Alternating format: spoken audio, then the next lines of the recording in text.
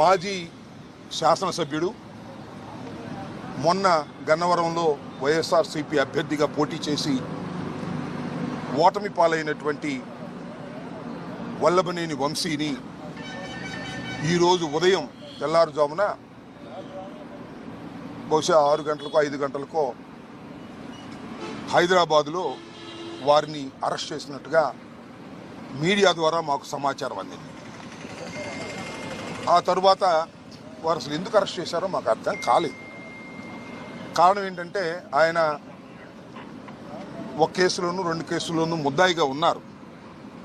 ముఖ్యంగా Gannavaram Telugu Desam party office మీద దాడి జరిగిన కేసులో వారు ముద్దాయిగా ఉండటం, దాని మీద ఆయన కోర్టుకు వెళ్ళడం, ఆయనకి యాంటిసిపేటరీ బెయిల్ ప్రొటెక్షన్ ఇవ్వటం కూడా జరిగింది.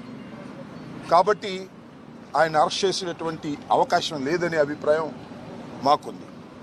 కానీ ఉదయాన్నే అరెస్ట్ చేశారనే వార్త తెలియగానే ఎందుకు అరెస్ట్ చేశారో అర్థం కాక ఆశ్చర్యపోయాం, దిగ్భ్రాంతి చెందాం. దీనికన్నా ముందు 2 రోజుల క్రితం ఒక సంఘటన జరిగింది. అదేమిటంటే ఈ వల్లభనేని వంశీ గారి మీద, వైసీపీ కార్యకర్తల మీద, తెలుగుదేశం పార్టీ ఆఫీస్ మీద దాడి జరిగిందని ఏదైతే 2022లో కంప్లైంట్ ఇచ్చారో ఆ కంప్లైంట్ ఇచ్చినటువంటి వ్యక్తి సత్యవర్ధన్ అనే వ్యక్తి మొన్న హఠాత్తుగా కోర్టు వారి దగ్గరికి వెళ్ళి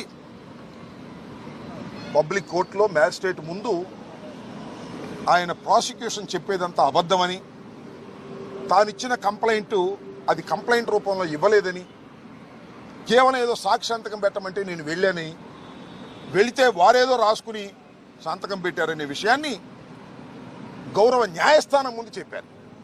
ఇక్కడ బయట చెప్పింది కాదు. చెప్పిన తర్వాత ఒక్కసారిగా తెలుగుదేశం పార్టీ ఆశ్చర్యపోయింది. అరే, మనం చేసినటువంటి తప్పు తెలుసుకున్నారు, మనం దొంగ కేసు పెట్టించామనే విషయం తెలుసుకున్నారు. ఆ సత్యవర్ధన్ అనే వ్యక్తి ఎస్సీ కులానికి చెందటం వలన పైన రాసుకున్నారు, సంతకం పెడితే నన్ను కులం పేరు కూడా తిట్టారని, ఎస్సీ ఎస్టీ అట్రాసిటీస్ యాక్ట్ కూడా పెట్టి బెయిల్ రాకుండా ఉండేందుకు కట్టుదిట్టంగా వాళ్ళు చేశారు అనేది తెలుసుకుని ఆశ్చర్యపోయి ఇదంతా ఫాల్స్ కేసు అని ప్రపంచానికి తెలిసింది.